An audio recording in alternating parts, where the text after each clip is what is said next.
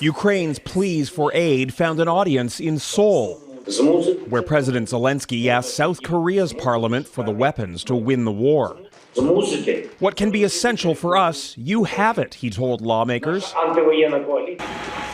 Battered, bombed out, and now bracing for the next onslaught, Ukraine sees little chance Russia will find reason to stop its attack. Fresh off a visit to Kyiv and having witnessed the horrors of Bucha, the Austrian Chancellor met with Vladimir Putin, where he came to the same grim conclusion. I have no optimistic impression that I can report to you from this conversation, he said. The next offensive is being prepared on a massive scale.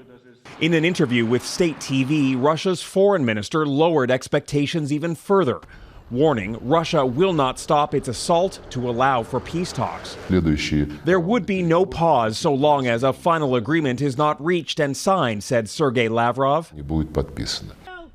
Having failed to use the pen, the West will instead turn to the sword.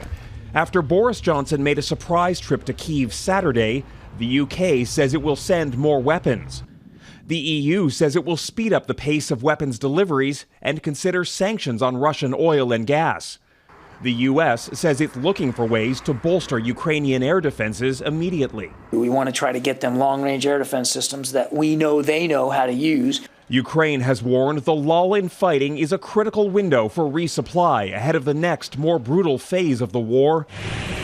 With diplomacy off the table, the West is still holding back from direct combat, but seems to have hardened its resolve to give Ukrainians a fighting chance.